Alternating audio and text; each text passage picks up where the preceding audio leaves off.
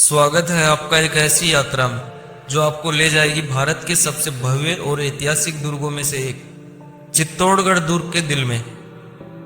यह दुर्ग केवल पत्थरों का ढांचा नहीं, बल्कि वीरता, बलिदान, प्रेम और संस्कृति की सैकड़ों वर्षों की कहानी है। नमस्कार दोस्तों, आप देख रहे हैं हमारा चैनल AI गनरोलिया, जहां हम इतिहास, संस्कृति और कहानियों को एक नए अंदाज में आपके सामने लाते हैं। राजस्थान की इस शान को करीब से जानने के लिए आइए शुरू करते हैं इस गौरवशाली गाथा को। चित्तौड़गढ़ दुर्ग राजस्थान के चित्तौड़ शहर में 180 मीटर ऊंची पहाड़ी पर स्थित है। लगभग 700 एकड़ में फैला यह किला भारत का सबसे बड़ा किला माना जाता है। इसकी मजबूत दीवारें, भव्य महल, मंदिर, जलाशय और 7 विशाल द्वार इसके गौरवशाली अतीत की कहानी को कहते हैं। यूनेस्को विश्व धरोहर स्थल के रूप में मान्यता प्राप्त यह किला मेवाड़ राजवंश का प्रतीक है। लेकिन इसकी कहानी केवल किलेबंदी तक सीमित नहीं है, बल्कि यह वीरता और बलिदान की जीवंत गाथा है। चित्तौड़गढ़ का इतिहास 7वीं शताब्दी से शुरू होता है। कुछ इतिहासकार मानते हैं कि इसका नाम मौर्य वंश के शासक चित्रांगद मौर्य के नाम से पड़ा है। संभवतः मौर्य या उनके बाद के स्थानीय शासकों ने इस किले की नींव रखी। 8वीं शताब्दी में गुहिल वंश के संस्थापक बप्पा रावल ने इसे अपनी राजधानी बनाया। बप्पा रावल ने अरब आक्रमणकारियों को हराकर इस क्षेत्र पर नियंत्रण स्थापित किया और चित्तौड़ को मेवाड़ का केंद्र बनाया। उस समय यह किला रणनीतिक रूप से महत्वपूर्ण था, क्योंकि यह व्यापार मार्गों और मध्य भारत को नियंत्रित करता था। बप्पा रावल के बाद उनके वंशजों ने किले को और मजबूत किया, जिससे यह मेवाड़ की शक्ति और संस्कृति का प्रतीक बन गया। 15वीं शताब्दी में मेवाड़ ने अपने स्वर्ण युग को देखा, जब राणा कुंभा ने चित्तौड़ को शक्ति, कला और संस्कृति का केंद्र बनाया। राणा कुंभा एक महान योद्धा, कवि और संगीतज्ञ थे। उन्होंने मालवा और गुजरात के सुल्तानों को कई बार परास्त किया। उनकी सबसे बड़ी देन विजय स्तंभ है, जिसका निर्माण 1440 में मालवा के सुल्तान महमूद खिलजी पर जीत के उपलक्ष्य में हुआ था। यह 37.2 मीटर ऊंचा 9 मंजिला स्तंभ हिंदू वास्तुकला का उत्कृष्ट नमूना है। राणा कुंभा ने कुंभा महल, कई मंदिर और किले की रक्षा प्रणाली को भी मजबूत किया।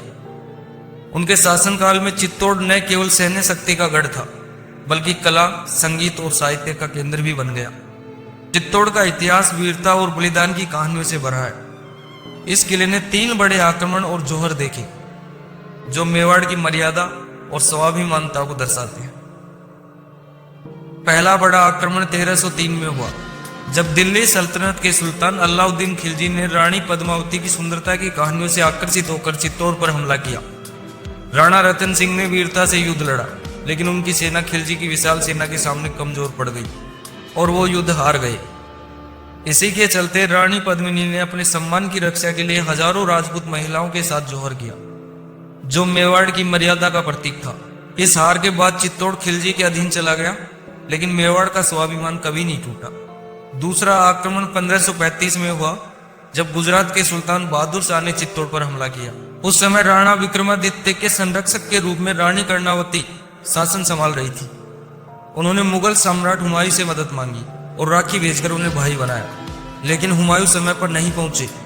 रानी कर्णावती और अन्य महिलाओं ने जौहर किया और किला फिर से दुश्मनों के हाथ में चला गया। तीसरा और सबसे भीषण आक्रमण 1567 में हुआ, जब मुगल सम्राट अकबर ने राणा उदय सिंह के खिलाफ चित्तौड़ पर हमला किया। राणा उदय सिंह ने किले की रक्षा का जिम्मा जयमल और फत्ता जैसे वीरों को सौंपा। दोनों ने अपनी जान की बाजी लगाकर युद्ध लड़ा। जयमल घायल होने के बावजूद युद्ध करते रहे और फत्ता ने अंत तक किले की रक्षा की। इस युद्ध में भी हजारों राजपूत महिलाओं ने जौहर किया। अकबर ने इस वीरता से प्रभावित होकर जयमल और फत्ता की मूर्तियां दिल्ली में स्थापित की। 1567 के बाद चित्तौड़ मेवाड़ की राजधानी नहीं रहा। राणा उदय सिंह ने उदयपुर को नई राजधानी बनाया, लेकिन महाराणा प्रताप ने चित्तौड़ की मर्यादा को अपने संघर्षों से जीवित रखा। हल्दी घाटी में प्रताप ने अकबर की सेना का डटकर मुकाबला किया। उन्होंने कभी समर्पण नहीं किया और चित्तौड़ के गौरव को बनाए रखा। 17वीं शताब्दी में मेवाड़ के शासकों ने किले को पुनः प्राप्त किया और इसकी मरम्मत करवाई। इस दौरान कई मंदिरों और महलों का पुनर्निर्माण हुआ। चित्तौड़गढ़ दुर्ग अपनी वास्तुकला के लिए भी विश्व प्रसिद्ध है। विजय स्तंभ राणा कुंभा द्वारा निर्मित मेवाड़ की जीत का प्रतीक है। इसकी नक्काशी और जटिल डिजाइन हिंदू देवी देवताओं की कहानियां बयान करते हैं। कीर्ति स्तंभ 22 मीटर ऊंचा जैन स्तंभ है। जैन धर्म के प्रथम तीर्थकार आदिनाथ को समर्पित है। इसे 12वीं शताब्दी में एक जैन व्यापारी ने बनवाया। तालाब के बीच बना रानी पद्मिनी महल रानी की कहानियों को जीवंत करता है। कुंभा महल और भक्त मीराबाई की भक्ति का प्रतीक मीरा मंदिर किले की सांस्कृतिक धरोहर है। गोमुख कुंड एक प्राकृतिक जल स्रोत है। किले की जल व्यवस्था का हिस्सा था जो आज भी कार्यरत है। 7 विशाल द्वार जैसे पत्थर पोल और राम पोल किले की रक्षा प्रणाली को दर्शाते हैं। यह वास्तुकला न केवल किले की सुंदरता को बढ़ाती है बल्कि मेवाड़ की समृद्ध संस्कृति को भी दर्शाती है। आज चित्तौड़गढ़ दुर्ग एक यूनेस्को विश्व धरोहर स्थल है। हर साल लाखों पर्यटक इसकी भव्यता और इतिहास को देखने आते हैं।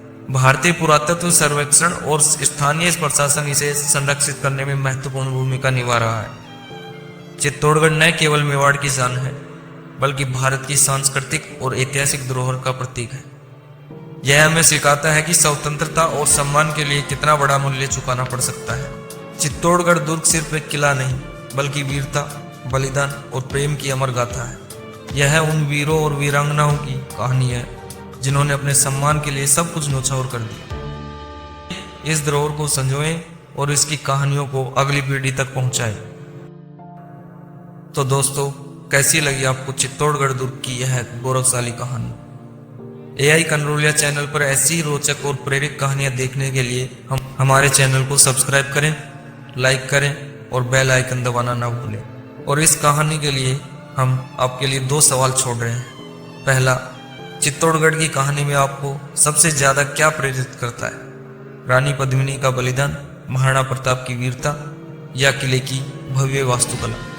और दूसरा सवाल है, अगर आप चित्तौड़गढ़ जाएं तो सबसे पहले कौन सा स्थान देखना चाहेंगे और क्यों? अपने जवाब कमेंट सेक्शन में जरूर बताएं। मिलते हैं अगली ऐसी ऐतिहासिक किसी और वीडियो के साथ। तब तक के लिए जय हिंद, जय राजस्थान।